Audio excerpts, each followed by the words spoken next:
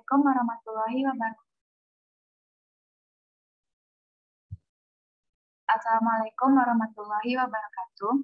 Kami dari kelompok 6 yang beranggotakan Andini, Laras Putri Adila, Tasya Zahra Salsabila, dan Tantri Ferdia akan mempresentasikan diskusi kelompok kami tentang pencegahan komprehensif melalui transmisi seksual.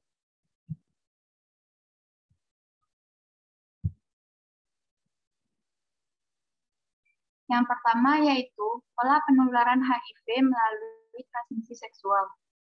HIV adalah virus yang menyerang sistem kekebalan tubuh manusia.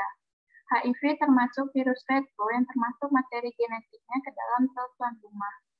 Ketika melakukan cara infeksi dengan cara berbeda, yaitu RNA menjadi DNA yang kemudian masuk ke dalam DNA tuan rumah, membentuk provirus, dan kemudian melakukan replikasi. AIDS adalah sindrom dengan gejala penyakit infeksi oportunistik atau kanker tertentu akibat menurunnya sistem kekebalan tubuh oleh infeksi human immunodeficiency virus. Transmisi seksual penularan HIV/AIDS paling sering penularannya terjadi melalui hubungan seks, baik itu homoseksual dan heteroseksual, melalui mani atau semen, cairan vagina, dan serviks.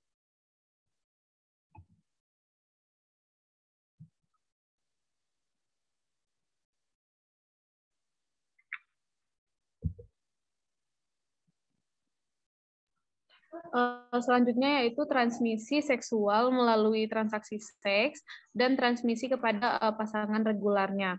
Yang pertama itu untuk transmisinya pada penelitian Mahaputra pada 2013 ini di India menunjukkan bahwa penggunaan kondom konsisten cukup tinggi dengan mitra yang komersil dan tetap rendah pada non komersil. Nah, di mana hal ini biasanya dilakukan oleh para wanita pekerja seks bersama pacar, suami, atau pasangan hidup mereka. Nah, rendahnya penggunaan kondom dalam hubungan non-komersial dapat disebabkan oleh keintiman dan kepercayaan yang terlibat dalam hubungan semacam itu. Untuk lebih lanjutnya, proporsi pada wanita pekerja seks ini yang terlibat hubungan secara bersamaan antara komersil dan non-komersil, dan ditambah juga untuk penggunaan kondom yang tidak konsisten, khususnya pada pasangan non-komersil yang dapat menyebabkan transmisi infeksi menular seksual ataupun HIV lebih cepat.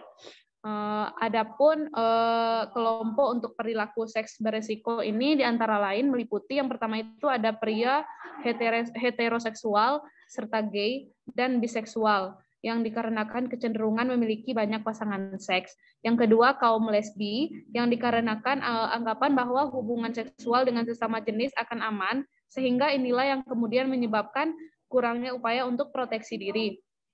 Yang ketiga itu ada pekerja seks komersial yang bergonta-ganti pasangan yang tidak diketahui status kesehatannya dan juga melakukan seks tanpa menggunakan pengaman. Next.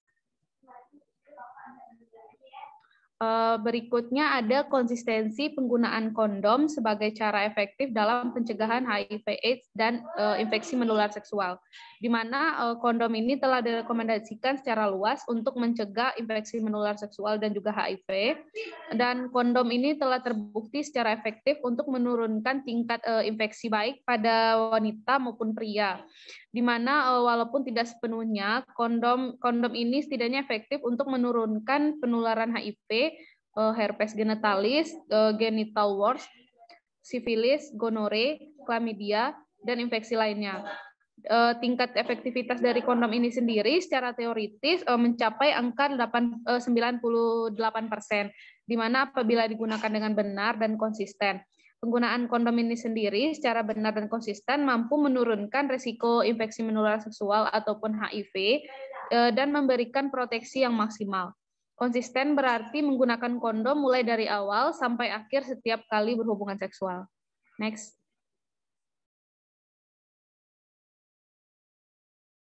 Selanjutnya yaitu pengembangan layanan komprehensif HIV dan IMS yang berkesinambungan.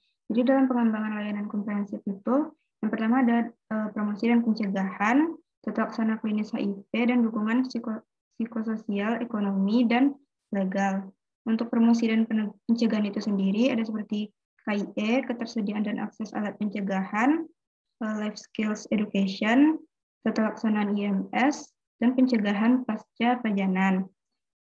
Kemudian ada tata laksana klinis HIV, ada tata laksana medis dasar, terapi ARV, diagnosis IO dan komorbid terkait HIV, serta pengobatannya termasuk TB.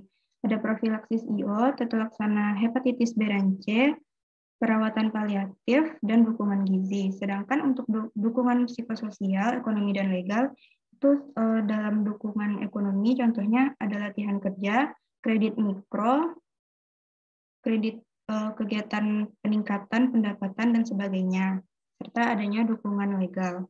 Next. Untuk konsep pengendalian IMS sendiri, itu ada poin intervensi, ada 3 poin intervensi. Yang pertama, kurangi waktu infektivitas untuk mencegah penularan dan komplikasi lebih lanjut dengan strategi dasar yaitu deteksi dini atau penemuan kasus pengobatan. Dengan tindakan intervensi seperti enhanced syndromic management dari IMS, misalnya memperpendek atau hilangkan waktu tunggu antara kunjungan ke klinik IMS sampai pengobatan IMS. Sedangkan poin intervensi yang kedua, itu ada kurangi terkenanya infeksi dari orang yang rentan jika terpapar. Nah, untuk strategi dasarnya itu adalah kurangi efisiensi penularan terpaparan. Untuk tindakan intervensi khususnya yaitu seperti tingkatkan penggunaan kondom, kurangi praktik seksual yang berisiko, misalnya hubungan seks melalui anal tanpa perlindungan. Sedangkan untuk poin intervensi yang ketiga, itu ada kurangi paparan dari orang yang rentan terhadap orang yang terinfeksi. Dengan strategi dasar yaitu modifikasi perilaku dari orang yang rentan. Nah, tindakan intervensi khususnya seperti modifikasi perilaku dari orang yang diketahui terkena infeksi, kemudian promosikan kesehatan dan kebersihan alat genital, promosikan tes secara meluas seperti konseling dan tes HIV secara sukarela. Next.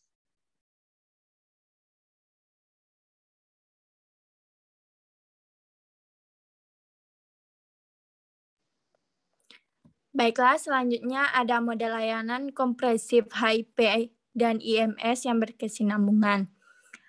Dari skema tersebut bisa kita lihat bahwa dalam hal layanan terkait HIV disepakati bahwa harus tersedia melalui layanan yang berkesinambungan dengan melibatkan semua pemangku kepentingan terkait seperti KPA, pelaksana layanan kesehatan, LSM, kelompok dukungan sebaya, ODHA, sektor pemerintah lainnya yang terkait, sektor swasta, dan lain-lainnya. Serta jejaring berbagai layanan baik dari Yankes dan masyarakat yang terhubung satu sama lain dalam satu wilayah geografi tertentu.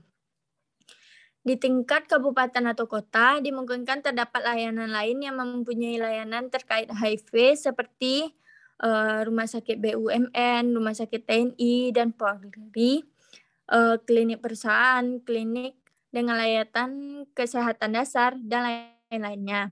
Bila Fanyankes tersebut mempunyai kemampuan setara dengan Fanyankes sekunder dan mempunyai LKB serupa, maka menjadi mitra dari rumah sakit pusat rujukan LKB kabupaten atau kota dan dapat mengampu Fanyankes satelit di wilayahnya. Fanyankes LKB didorong untuk memfasilitasi kelompok pendukung melakukan kegiatannya seperti menyelenggarakan pertemuan. Next. Selanjutnya ada epidemi HIV/AIDS di Indonesia. Indonesia memiliki pola epidemi HIV yang kompleks dengan sebaran wilayah yang luas serta jumlah penduduk yang besar. Terdapat lebih dari 260 juta jiwa penduduk yang tersebar di 514 kabupaten kota, di mana 90% diantaranya telah melaporkan kasus HIV/AIDS, sehingga memiliki tantangan tersendiri dalam pengendalian HIV.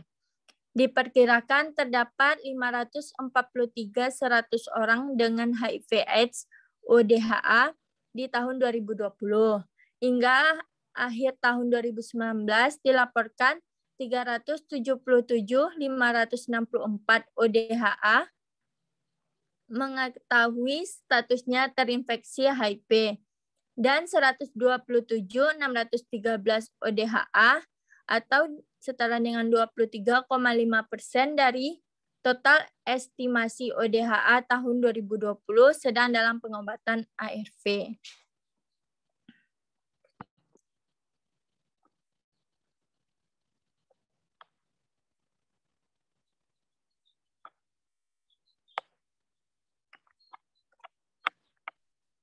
Baiklah, sekian hasil diskusi dari kelompok kami.